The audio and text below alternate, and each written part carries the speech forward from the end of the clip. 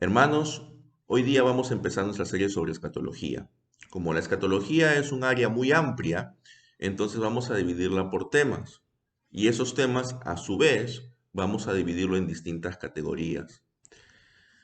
Vamos a empezar con el tema del milenio. Y dentro del tema del milenio vamos a hablar de las cuatro posturas sobre el milenio. Del postmilenialismo, del premilenialismo histórico, del premilenialismo dispensacional y del amilenialismo. En cada video vamos a desarrollar una postura. Hoy vamos a empezar con el postmilenialismo. ¿Qué es el postmilenialismo? Voy a leer lo que dice un teólogo presbiteriano muy conocido del siglo XIX, Charles Hodge, en su libro de Teología Sistemática, que ha sido traducido por la editorial Cría al español. Dice así, en la página 952 de esta edición, que es un solo tomo. En el intervalo entre la primera y la segunda venida de Cristo, su reino ha de pasar por muchas vicisitudes. Tendrá sus tiempos de depresión y sus temporadas de exaltación y prosperidad. No cabe duda de que así ha sido en el pasado. Y la profecía arroja la luz suficiente acerca del futuro como para enseñarnos no solo que estas alternativas han de seguir hasta el fin, sino, más claramente aún, que antes de la segunda venida de Cristo ha de haber un tiempo de una gran y constante prosperidad, seguida al final por un tiempo de decaimiento y de sufrimiento, de manera que cuando el Hijo del Hombre venga, apenas sí hallará fe en la tierra. En el capítulo anterior observamos que todas las naciones han de convertirse, que los judíos han de ser introducidos y reinsertados en su propio olivo, y que su restauración ha de ser la ocasión y causa de un cambio de muerte a vida. De este periodo hablan los antiguos profetas en términos designados para levantar las esperanzas de la iglesia hasta el máximo.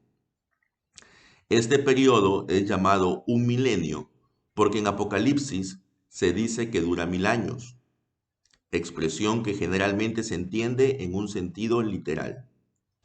Algunos, sin embargo, piensan que se refiere a un periodo prolongado de duración indefinida, como cuando se dice que un día es para el Señor como 1000 años. Durante este periodo, sea cual sea su duración, es decir, ya sea de manera literal o figurativa, la iglesia debe gozar de un tiempo de paz, pureza y bienaventuranza como el que jamás ha experimentado aún.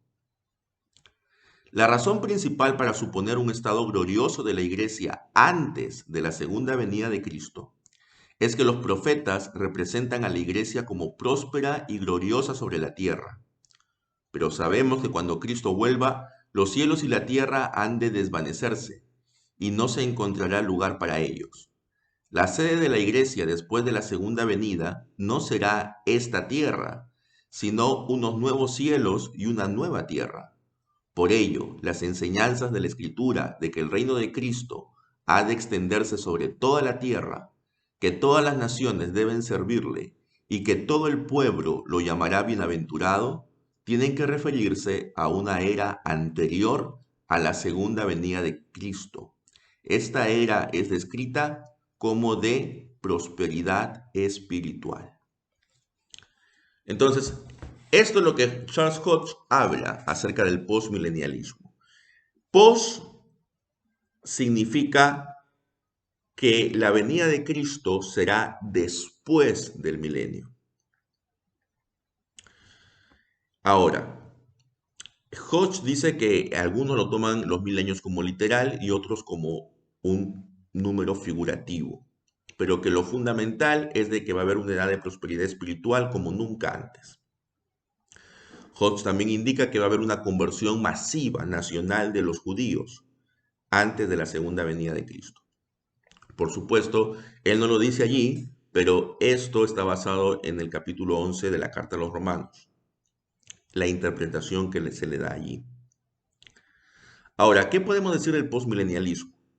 Como el mismo Hodge argumenta, hay profecías antiguas, y aquí se está refiriendo a profetas del Antiguo Testamento, que hablan, ¿no?, de la iglesia que se está extendiendo por todo el mundo. Y hablan de que todas las naciones, pues, rendirán homenaje, le rendirán culto a Cristo. Esto, ellos dicen, debe cumplirse antes de la venida de Cristo. A diferencia de los premileniales, que como ya veremos, piensan que esto ocurrirá durante el milenio, con Cristo aquí, reinando desde Jerusalén. Los postmileniales dicen, no, esto ocurrirá, pero sin Cristo gobernando físicamente, sino a través de la obra de la iglesia. En realidad, el postmilenialismo también utiliza el literalismo para interpretar ciertas profecías. No en la misma medida que los premileniales, y menos aún que la de los premileniales dispensacionalistas, pero también utiliza el literalismo para poder leer algunas profecías. Depende de cuán literal sea tu lectura, esto te hará inclinarte más hacia el postmilenialismo o, en todo caso, hacia el amilenialismo, que vamos a estudiar en el siguiente video. La idea de que cuando Cristo venga no encontrará fe en la tierra, los postmileniales lo explican porque al final de este largo periodo de prosperidad habrá una apostasía. Ahora nosotros podemos entender, si va a haber una apostasía masiva, entonces, ¿qué tan efectiva fue la conversión de las naciones? Si va a haber una apostasía masiva, ¿realmente las naciones se han convertido?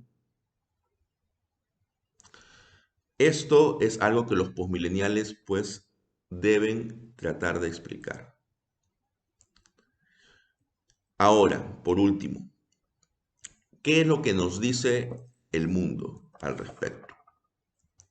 El postmilenialismo de la época de Charles Hodge, y Charles Hodge escribió este libro en el siglo XIX, el postmilenialismo era muy popular, tanto en los círculos conservadores, como el de Hodge, como en los círculos liberales. La diferencia está en que en los círculos liberales ellos pensaban que era la sociedad la que iba a ir evolucionando cada vez más hasta llegar a una etapa de prosperidad y de paz, y que eso sería el milenio. Mientras los círculos conservadores indicaban de que el milenio iba a estar precedido pues de un gran avivamiento a nivel mundial y de la obra misionera y evangelizadora de la iglesia. El postmilenialismo liberal quedó hecho trizas después de la Primera Guerra Mundial, porque se dieron cuenta de que esa edad futura de paz y prosperidad no iba a llegar. Por el contrario, la guerra se dio, y una guerra como nunca antes se había visto en la historia de la humanidad. Y luego la Segunda Gran Guerra, que fue todavía peor que la primera. Entonces el postmilenialismo liberal quedó hecho trizas con las dos grandes guerras del siglo XX. El postmilenialismo conservador también sufrió bastante, y sufrió bastante sobre todo por el surgimiento del dispensacionalismo. Pero en los últimos años ha vuelto a resurgir el postmilenialismo. Gente como por ejemplo Kenneth Gentry, dentro del círculo postmilenial, tienen libros muy populares como Él tendrá el dominio. ¿Qué es lo que podemos decir del postmilenialismo? ¿Qué podemos rescatar de estos? Bueno, en primer lugar, su optimismo a prueba de balas de que la iglesia va a seguir creciendo, de que la iglesia se va a seguir extendiendo y de que las naciones, como naciones, es decir, los gobiernos van a adoptar un sentido bíblico. También ese mismo optimismo los lleva a emprender muchas actividades de divulgación, los lleva a emprender grandes esfuerzos por evangelizar y por discipular. También, en cierta manera, los lleva a ser un poco tolerantes con otras confesiones cristianas, porque, bueno, es indudable que hay otras confesiones cristianas que, aunque de repente no sean tan ortodoxas que digamos, reúnen a muchas personas. Y dentro del esquema posmilenial, pues esto podría formar parte del gran avivamiento. Por eso no es de extrañar que hayan posmileniales dentro del pentecostalismo actualmente. Ahora, el posmilenialismo también se ha confundido un poco con la doctrina del llamado Kingdom Now, el reino ahora, que se da en algunas iglesias neopentecostales y carismáticas. Ya no se espera un reino futuro, sino ellos dicen que las bendiciones del reino de Dios es para disfrutarlas hoy. Esto está, por supuesto, ligado con la llamada teología de la prosperidad. Y ellos han pasado de una escatología pesimista, escapista, a una escatología súper optimista que vive el presente. Eso también nos lleva, hermanos, a entender que como cristianos debemos guardar un justo medio. Muchas veces nos vamos de un extremo al otro extremo. El postmilenialismo ha ganado en las últimas décadas muchos seguidores que justamente vienen del dispensacionalismo. Es de nosotros discernir si realmente esa doctrina es correcta o no conforme a la palabra de Dios. Les invito a seguir esta serie con el segundo video que será sobre el premilenialismo histórico. Dios les bendiga.